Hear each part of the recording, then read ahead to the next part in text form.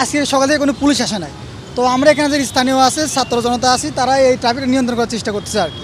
যেহেতু পুলিশ আসে না, অল টাইম এখানে জাম লেগেই থাকে। জামটা মানে ট্রাফিকটা কন্ট্রোল করার জন্য আর কি আমরা ছাত্র এবং সাধারণ যারা পাবলিক আছে এখানে এই দায়িত্বটা নিচ্ছে আর কি।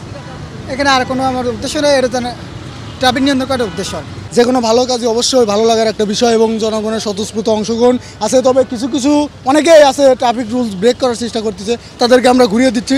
তো সবার কাছে আমাদের অনুরোধ থাকবে যে আমরা যেখানে থাকি যে নিয়মটা থাকে সবাইকে মেনে চলার আহ্বান জানাচ্ছি। ট্রাফিক রুলস হোক বা আদার্স যেসব নিয়মকানুন আছে সবাইকে মেনে চলার আহ্বান জানাচ্ছি, যেহেতু আমরা নতুন করে আবার শুরু করতে যাচ্ছি। এবং সবাই সম্ভবত কালকে থেকে ট্রাফিক পুলিশ দিয়ে দেবে, আজকেই আমাদের কার্যক্রম হয়তো শেষ হতে পারে।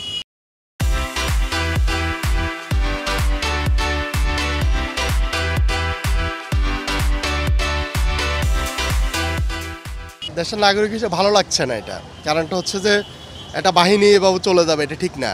যারা আছে এরা তো রাষ্ট্র থেকে বেতন নিচ্ছে, তো তাদের বেতন তো বন্ধ হয় না, তারা তো দায়িত্বে থাকা উচিত ছিল, কিন্তু সেটা তো নাই।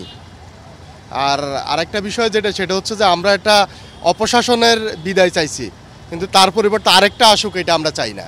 না, ট্রাফিক পুলিশ অবশ্যই দরকার, কারণ রাস্তায় ট্রাফিক পুলিশ না হলে অনেক প্রবলেম হতে পারে। আজকে জনগণ আছে, তারা দেখতেছে, কালকে তো আর থাকবে না। অবশ্যই তাদের খুব তাড়াতাড়ি এখানে ফেরা দরকার।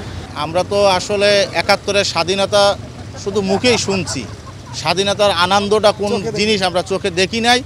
যার কারণে গতকালকের আমাদের যেটা বাংলাদেশের সর্বকুলের মানুষের জন্য যেটা বিজয়, ছাত্র ভাইদের জন্য এবং আমাদের বাংলাদেশের সেনাবাহিনীর উদ্দেশ্যে আমরা যে একটা সুন্দর বাংলাদেশ পেয়েছি, এটা উপভোগ করার জন্য আমরা একটা সিএনজি ভাড়া করে ঢাকা শহরে আর কি ঘুরে দেখতেছি যে আসলে কেমন লাগতেছে। তবে নিজের কাছে খুব ভালো লাগতেছে, এমনই লাগতেছে মনে হচ্ছে যে একটা উন্মুক্ত পরিবেশ, যে বাধাহীন পরিবেশ, যে এখানে কোনো বিশৃঙ্খলা আসলে আজকে দেশের ভিতরে ঘুরলে বোঝা যাচ্ছে যে মানুষের ভিতরে কত উৎসাহ, মানুষের ভিতরে কত কষ্ট, কত ব্যথা, কত যন্ত্রণা মানুষের ভিতরে ছিল।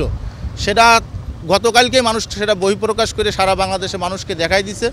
তা সেটা উপভোগ করার জন্য মূলত আজকে আমরা আসলে সরকারের দায়িত্বে যারা মূলত আসবে, হয়তোবা আজকে ২-১ দিনের জন্য তারা সবাই শীতল রাখছে। আর যখন কোনো সরকারের দায়িত্বে বসে যাবে এবং সেনাবাহিনী প্রধান যারা আছেন তারা সবাই এটার প্রতি সবাই যে শৃঙ্খলা আছে, যেটার জন্য দেশের অর্থনৈতিকের কোনো ভাটা না পড়ে, দেশের অর্থনৈতিক উন্নত হয়, সেই হিসেবে সবাই সে পদক্ষেপ নেবে ইনশাল্লাহ। এটা আমরা অবশ্যই আশা রাখি।